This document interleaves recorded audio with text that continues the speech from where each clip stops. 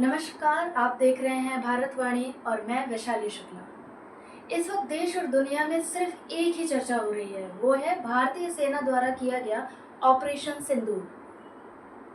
Operation सिंदूर जवाब था उन आतंकियों को और आतंक को पालने वाले उस देश को कि सही समय पे भारत मुंह तोड़ जवाब देना बखूबी जानता है।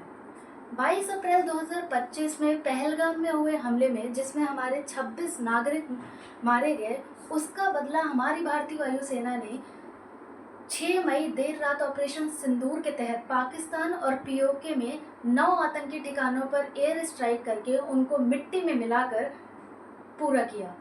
इस समय हमारे देश के कई युवाओं के मन में ये एक सवाल ज़रूर आता होगा कि काश हम भी आर्मी में होते और इन आतंकियों को मिट्टी में मिला पाते। तो उन युवाओं को मैं सिर्फ यही बोलना चाहती हूँ कि युद्ध सिर्फ सीमाओं पे नहीं होता। हम भारतीय नागरिक होकर भी हमारी आर्मी को सपोर्ट कर सकते हैं। अब प्रश्न आता है कि कैसे, तो मैं आपको बताती हूँ कैसे आप भी इस समय जहाँ युद्ध की संभावनाएं दिखाई पड़ रही हैं, वहाँ आप कैसे भारतीय सेना का सहयोग कर सकते हैं, भारत देश के लिए कुछ कर सकते हैं। सबसे पहला तो आपको ये ध्यान रखना है कि आपको कोई भी ऐसी वीडियो सोशल मीडिया और इंटरनेट पर नहीं डालनी है जिसमें हमारी आर्मी के फाइटर जेट्स या सैनिकों का आवागमन हो। अगर आपके शहर या नज़दीकी इलाकों में आपको आर्मी का कोई फाइटर जेट या सैन्य बल की टुकड़ी इधर से उधर जाती दिखाई दे तो कृपया उसका वीडियो ना बनाएं और ना ही कहीं डालें, क्योंकि इससे जाने अनजाने हम अपने दुश्मनों की मदद कर बैठते हैं, जो कि हमारे देश हित में नहीं है। दूसरा, हमारी सरकार द्वारा मॉक ड्रिल का ऐलान हुआ है जिसमें आपको सक्रिय रूप से भाग लेना चाहिए। मॉक ड्रिल में कोई घबराने वाली बात नहीं है, ये देशों में पहले हो चुका है। मॉक ड्रिल का मतलब ये नहीं है कि युद्ध होने ही वाला है, बल्कि इसका ये मतलब है कि अगर युद्ध की संभावना होती है तो हमारे देश के नागरिक तैयार रहें। मॉक ड्रिल में आपको समझाया जाएगा कि युद्ध की परिस्थितियों में आपको कैसे व्यवहार करना है।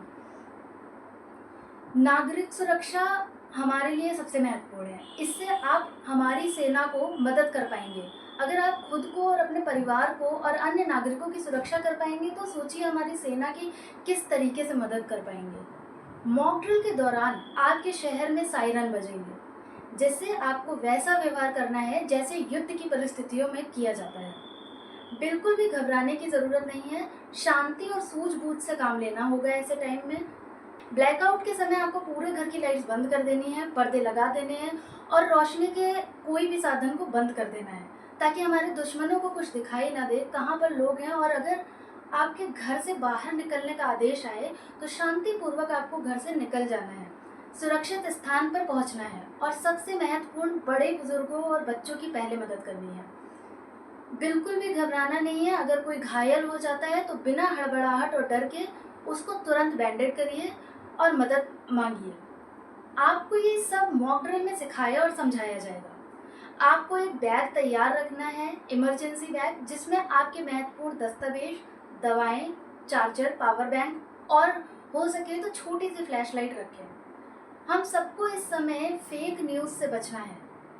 किसी भी तरीके की फेक न्यूज़ फैलाने से बचें और सूझबूझ से काम लें। हम सब एकजुटता दिखाकर अपने दुश्मनों को सबक सिखा सकते हैं और इस मुश्किल समय में अपनी सेना की मदद कर सकते हैं।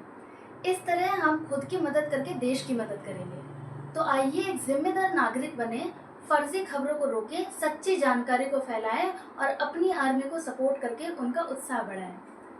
देश और दुनिया की बाकी खबरों के लिए देखते रहिए भारतवाणी। जय हिंद, जय भारत।